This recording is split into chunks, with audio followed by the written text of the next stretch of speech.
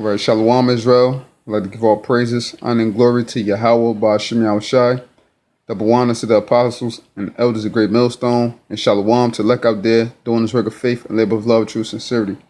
All right, I just want to get into a quick precept lesson, and just Lord willing, this segment is edifying for brothers out there. So this is the book of Proverbs, chapter 10. I'm starting verse 13.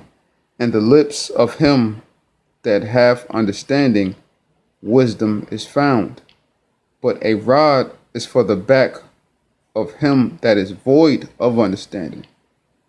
So a man that has understanding, the way that he comes across, the way that he carries himself, the way he views the world, and the way that he sees things through the spirit, he's going to convey that through not only his actions, but in the way that he talks, But it says what? But a rod is for the back of him that is void of understanding.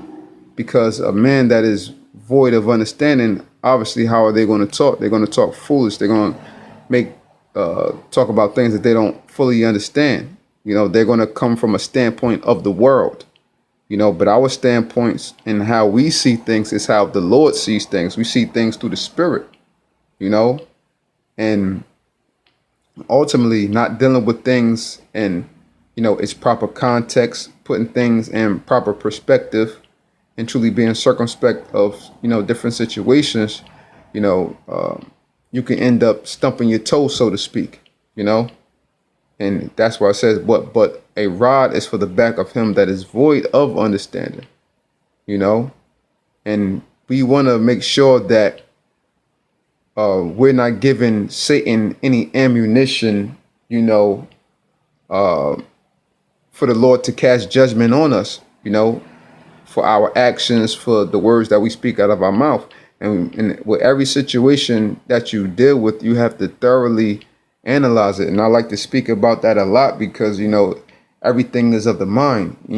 How Apostle Gabar always says, that we are our own worst enemy, and that and you being your own worst enemy, that all stems from the mind.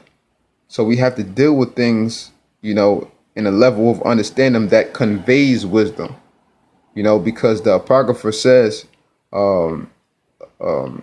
treasure that is hid, what doth it profit? Roughly paraphrasing, and riches that is hoarded up, what do it profit? So through the understanding that which we receive, we're supposed to convey that through the messages, to the hopeful elect that's out there, and conveying that in our everyday lives, because this is everyday application. These scriptures give us what we need, to walk through the darkness of this earth. And for us to have, somewhat of leverage on everybody else and knowing how to deal,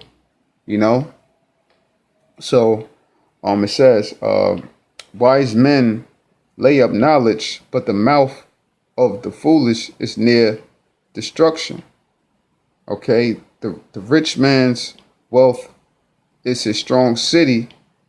The destruction of the poor is their poverty. So if we look at it in the case of, we have wealth and we're that rich man, the city in which we have, the strong city in which we have is the brotherhood in which we labor amongst, the camp in which you labor amongst.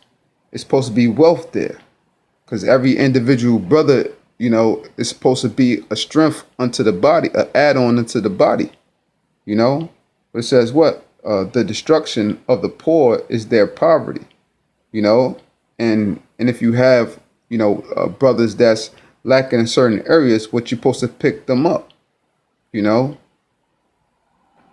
But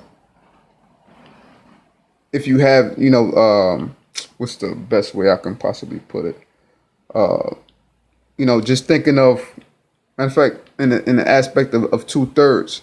2/3 may get together and, may have a venture or something that they want to do, having in mind, but because they don't have the right knowledge, wisdom, and understanding to go forth through with that situation, where they're going to all end up. They're going to end up destroyed by that situation, because they're going to be going through a different turmoils, the ups and downs, because they all weren't on one accord, and they all didn't have one level understanding, and that's why it's important amongst the body for brothers to be on one accord, or else what, the whole thing can crumble down, and you don't want that, and it says, the labor of the righteous tendeth to life, the fruit of the wicked to sin. But he is in the way of life that keepeth instruction, but he that refuseth reproof error.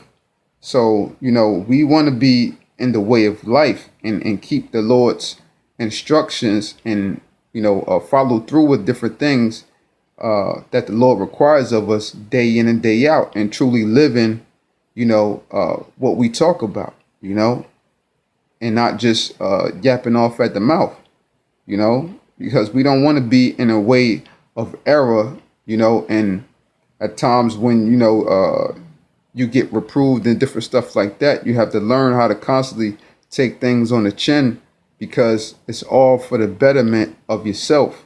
It's all for the betterment of your character, for your spirituality, for your salvation, and while we have the power of Yahweh Shem Yahushua with us to have the brotherhoods, as wholes, we have to take righteous advantage of that, and doing things in a proper manner, and constantly seeking that help, and constantly seeking that guidance, from the Lord, from the apostles, and from each other, day in and day out, so, just a quick exhortation on that.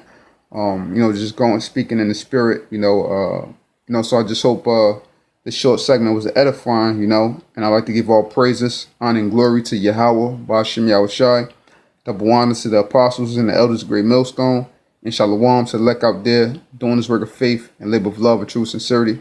Shalom.